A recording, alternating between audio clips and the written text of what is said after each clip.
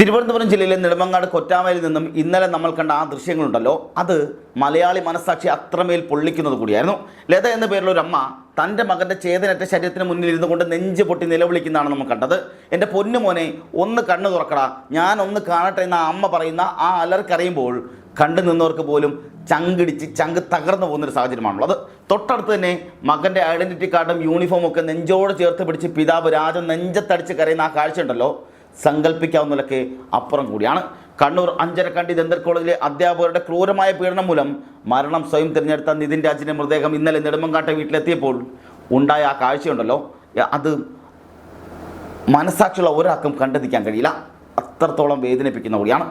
ഒരു പാവപ്പെട്ട കുടുംബത്തിൻ്റെ എല്ലാമായ മകൻ ഒരു വെള്ളത്തുണിയിൽ പൊതിഞ്ഞ് വെറും ശരീരമായി തിരിച്ചെത്തുമ്പോൾ ആ മാതാപിതാക്കൾക്കുണ്ടായ തകർച്ച അത് വിവരിക്കാൻ പോലും പറ്റാത്തതാണ്.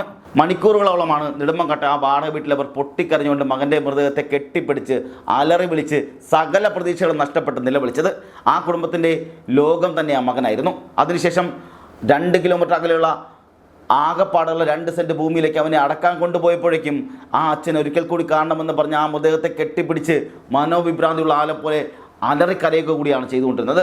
മകനെ ഒരു ഡോക്ടറെ കാണാൻ ആഗ്രഹിച്ച ആ പാവം മാതാപിതാക്കൾക്കിടയിൽ ഒടുവിൽ ആശുപത്രിയിൽ അഭയം തേടേണ്ടി വന്നു എന്നുള്ളതും ഈ വ്യവസ്ഥിതിയെ പോലും സർക്കാരിൻ്റെ ഒരു പരാജയമാണ്. കാരണം അവിടെ നാം എത്ര കിട്ടിയാലും പഠിക്കില്ല എന്നൊരു സാഹചര്യം ഉണ്ടാകുന്നുണ്ട്. നമുക്ക് എത്ര തവണ അനുഭവം ഉണ്ടായാലും ഇതിൽ നിന്നൊരു മാറ്റം ഉണ്ടാകുന്നില്ല.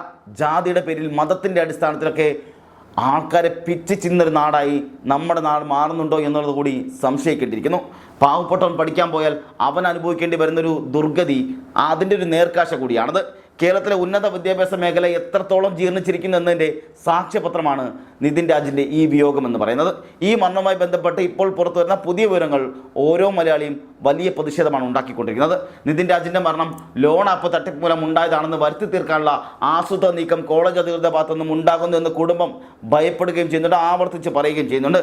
യഥാർത്ഥ പ്രതികളായ അധ്യാപകരെ രക്ഷിക്കാനുള്ള ഒരു പുകമറയായി ഇതിനെ മാറ്റുകയാണെന്ന് കൂടി നാം സംശയിക്കേണ്ടിയിരിക്കുന്നു.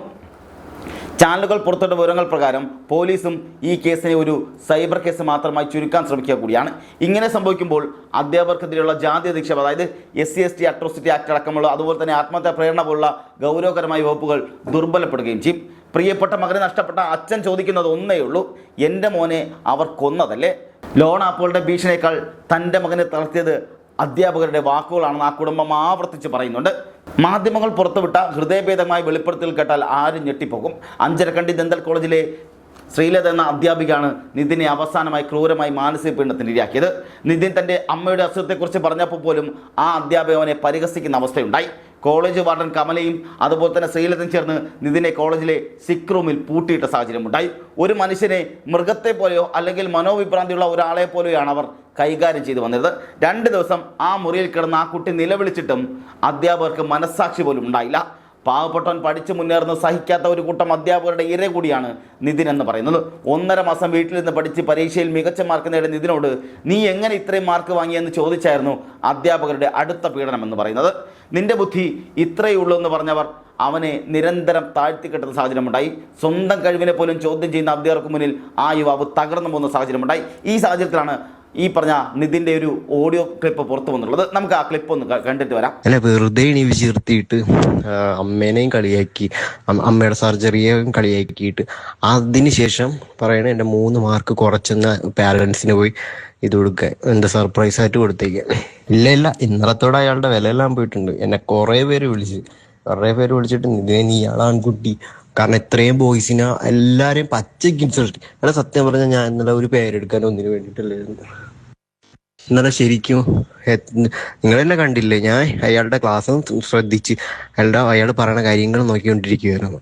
അല്ല, വെറുതെ ഇണീവ് ചേർത്തിയിട്ട് അമ്മേനെയും കളിയാക്കി, അമ്മയുടെ സർജറിയെയും കളിയാക്കിയിട്ട് അതിനുശേഷം പറയണ എൻ്റെ 3 മാർക്ക് കുറച്ചെന്ന പാരൻസിന് പോയി ഇത് കൊടുക്കുക, എന്താ സർപ്രൈസ് ആയിട്ട് കൊടുത്തേക്കുക. ഇന്നലെ കൊറേ നടന്നിട്ടുണ്ട്. നമ്മള് മറ്റേ ഇതിന്ന് ഇറങ്ങിയല്ലോ, ഞാൻ സ്റ്റാഫ് റൂമിൽ നിന്ന് ഇറങ്ങിയല്ലോ. അതിനുശേഷം എൻ്റെ അടുത്ത് പറഞ്ഞു യു ആർ ഇഡിയറ്റ് എന്ന് പറഞ്ഞു. ഞാൻ സെയിം ടു യു എന്ന് പറഞ്ഞു, ഒത്തക്കി തന്നെ പറഞ്ഞു. പിന്നെ മറ്റേ കൂട്ടത്തോടെ ആക്രമിക്കുന്ന സ്ഥലം ഉണ്ടല്ലോ നമ്മുടെ സ്റ്റാഫ് റൂം, എല്ലാം ഒന്നിനൊന്നിനും വെച്ചോ സ്റ്റാഫ് റൂമിലുള്ള. അവിടെ കൊണ്ടിട്ടിട്ട് എന്തൊക്കെയാ പറയാൻ നോക്കി. എൻ്റെ അടുത്ത് പറഞ്ഞ് നീ ഗേറ്റിന് പുറത്തിറങ്ങിയാൽ നിന്റെ കൈയും കാലും വിട്ടും, നീ കൈ ഇല്ലാണ്ട് നീ പിന്നെ ജീവിക്കേണ്ടി വരുമോ. ഞാൻ പറഞ്ഞു സാറേ അതൊന്ന് കാണണമെന്ന് പറഞ്ഞു. അപ്പോൾ എല്ലാ സംഗീത മാം എല്ലാം എന്നെ തന്നെ നോക്കിയിരിക്കണം. അപ്പോൾ അജീഷ മാം പറഞ്ഞു നിതിൻ കൂളെന്ന് പറഞ്ഞു. എന്താ ഇൻസൾട്ട്? ഓക്കെ ഞാൻ ക്ഷമിച്ചു, ഒരു പരിധി വരെ ക്ഷമിച്ചിരുന്നു, അങ്ങറ്റ ക്ഷമിച്ച്. നിങ്ങൾ കണ്ടിട്ടുണ്ടായിരുന്നു ഓരോ കുട്ടികളെയും പേപ്പർ കൊടുത്ത് കൊടുത്ത് വായിച്ചിടന്ന് ചെയ്യിക്കുന്നു, അത് ഓരോ സ്പെല്ലിങ്ങും പറഞ്ഞ് ഫസ്റ്റായപ്പോൾ ഞാൻ പൊട്ടിത്തെറിച്ചു. ഞാൻ പറഞ്ഞു എനിക്ക് എൻ്റെ ക്ലാസ്സിൽ ഇരിക്കാം. എന്നിട്ട് ഞാൻ അവിടെ പോയിട്ട് പറയുകയും ചെയ്തു ക്ലാസ്സിൽ 100-99 പേരും തൻ്റെ അടിമയായിരിക്കും. എന്തായാലും അതില്ല, ഞാൻ താനും നിങ്ങൾ ഇങ്ങനെ വിളിച്ചിട്ടുള്ളൂ, ഞാൻ സാറ് ഇന്നലെ വിളിച്ചിട്ടേ അല്ല. നിങ്ങളിപ്പോൾ കേട്ട ശബ്ദ സന്ദേശത്തിലെ വാക്കുകളിൽ തന്നെ നിതിൻ എത്രത്തോളമാണ് അവിടെ അനുഭവിച്ച പീഡനം നമുക്ക് മനസ്സിലാക്കാൻ കഴിയും. ഇതിനെല്ലാം പുറമെയാണ് ഡോക്ടർ MK റാം എന്ന ജാതി വെറിയൻ്റെ ക്രൂരതകൾ അവിടെ ഉണ്ടാകുന്നത്. കറുത്ത പട്ടിയെന്നും പുഴുത്ത നായെന്നും ഒക്കെ പറഞ്ഞ് കുട്ടികളെ അധിക്ഷേപിക്കുന്നത് റാമിൻ്റെ ഒരു വിനോദം കൂടിയായിരുന്നു. ഒരു പാവപ്പെട്ട കുടുംബത്തിൽ നിന്ന് വന്ന നിതിനെ അവൻ്റെ സാഹചര്യങ്ങൾ പറഞ്ഞ് അപമാനിക്കാനും ഇയാൾ യാതൊരു മടിയും കാണിച്ചിട്ടില്ല. ഇന്റേണൽ മാർക്ക് എന്നത് വിദ്യാർത്ഥികളെ തടവിലാക്കാനുള്ള ഒരു വിലങ്ങുതടിയായി റാം ഉപയോഗിക്കുകയും ചെയ്തിട്ടുണ്ട്. നിന്റെ 3 മാർക്ക് ഞാൻ കളഞ്ഞാൽ നീ തോൽക്കും എന്ന ഈ ഭീഷണി ഉണ്ടല്ലോ, ആ 22കാരന് താങ്ങാവുന്നതിലും അപ്പുറം കൂടിയായിരുന്നു. പോലീസ് ഇപ്പോൾ കേസെടുത്തിട്ടുണ്ടെങ്കിലും അധ്യാപകർ ഒളിവിൽ പോയിരിക്കുക കൂടിയാണ്. കോളേജ് മാനേജ്മെന്റ് മറ്റ് വിദ്യാർത്ഥികളെ ഭീഷണിപ്പെടുത്തി വായടപ്പിക്കാൻ ശ്രമിക്കുന്നു എന്നുള്ള ഗുരുതരമായ ആരോപണവും നിതിൻ്റെ പിതാവ് ഉന്നയിക്കുന്നുമുണ്ട്. സത്യം പറഞ്ഞാൽ നിങ്ങളുടെ ഭാവി തകരുമെന്ന് അവർ ഓരോ വിദ്യാർത്ഥിയെയും പേടിപ്പിക്കുക കൂടിയാണ്. ഇവിടെ ശ്രദ്ധിക്കേണ്ട മറ്റൊരു പ്രധാനപ്പെട്ട കാര്യം ലോൺ ആപ്പിനെ കുറിച്ചുള്ള കോളേജ് അധികൃതരുടെ വാദങ്ങളാണ്. നിതിൻ തൻ്റെ അമ്മയുടെ ചികിത്സയ്ക്കായി 15,000 രൂപ ലോൺ എടുത്തിരുന്നു. എന്നാൽ അത് അവൻ കൃത്യമായി അടച്ചു വരിക കൂടിയായിരുന്നു. അധ്യാപികയുടെ ഫോൺ നമ്പർ അവൻ ലോൺ ആപ്പിന് നൽകിയെന്നത് തെറ്റായ ആരോപണങ്ങൾ മാത്രമാണ്. ലോൺ ആപ്പുകാർ കോൺടാക്റ്റുകൾ മോഷ്ടിച്ചുകൊണ്ട് അധ്യാപികയെ വിളിച്ചപ്പോൾ അത് നിതിൻ്റെ തെറ്റാണെന്ന് വരുത്തി തീർത്തത് അവനെ മാനസികമായി വേട്ടയാടുക കൂടിയായിരുന്നെന്നും അതാണ് അധ്യാപകർ ഇവിടെ ചെയ്തുകൊണ്ടിരുന്നത്. തൻ്റെ ആത്മാഭിമാനം ചതച്ചരയ്ക്കപ്പെട്ടപ്പോൾ നിതിൻ തകർന്നു പോകുന്ന സാഹചര്യമുണ്ടായി. ഒരു സാധാരണക്കാരൻ്റെ മകൻ അന്തസ്സോടെ പഠിച്ചു വരുന്ന സഹിക്കാനാവാത്ത ചിലരുടെ താല്പര്യങ്ങൾ ഇവിടെ സംരക്ഷിക്കപ്പെടുക കൂടിയാണ്. ഓരോ സംഭവം ഉണ്ടാകുമ്പോഴും നമ്മൾ വിലപിക്കുമെന്നല്ലാതെ നമ്മുടെ ക്യാമ്പസുകൾക്ക് ഒരു മാറ്റവും ഉണ്ടാകുന്നില്ല. പൂക്കോട് വെറ്റിനറി സർവകലാശാലയിലെ സിദ്ധാർത്ഥന് സംഭവിച്ചത് നമ്മുടെ മുന്നിലുള്ള കാര്യമാണ്. അവിടെയും കുറ്റവാളികളെ സംരക്ഷിക്കാൻ അധികൃതർ ശ്രമിച്ചുകൊണ്ടേയിരുന്നു. നിതിൻ രാജിൻ്റെ വിയോഗം മറ്റൊരു സിദ്ധാർത്ഥൻ്റെ വിയോഗം പോലെ ആകരുതെന്ന് കൂടി പറയേണ്ടിയിരിക്കുന്നു. ജാതിയുടെയും നിറത്തിൻ്റെ പേരിൽ വിദ്യാർത്ഥികളെ കൊലക്കളത്തിലേക്ക് തള്ളിവിടുന്ന ഇത്തരം അധ്യാപകർ ക്യാമ്പസിനുള്ളിൽ തുടരുന്നത് നമുക്കൊരിക്കലും അനുവദിക്കാൻ കഴിയില്ലെന്ന് തന്നെ എടുത്തു പറയേണ്ടിയിരിക്കുന്നു. ജിഷ്ണു പ്രണയ് മുതൽ നിതിൻ രാജ് വരെ നീളുന്ന ഈ പട്ടിക കേരളത്തിന് നാണക്കേട് കൂടിയാണ്. സർക്കാർ സംവിധാനങ്ങൾ ഇക്കാര്യത്തിൽ കർശനമായ നിലപാട് സ്വീകരിക്കാത്തതാണ് ഇത്തരം സംഭവങ്ങൾ ആവർത്തിക്കാനും കാരണമാകുന്നത്. 2 സെന്റ് ഭൂമിയിൽ നിതിൻ രാജിൻ്റെ ചിതയടങ്ങുമ്പോൾ അവിടെ ഇല്ലാതാക്കുന്നത് ഒരു നാടിൻ്റെ സ്വപ്നം കൂടിയാണ്.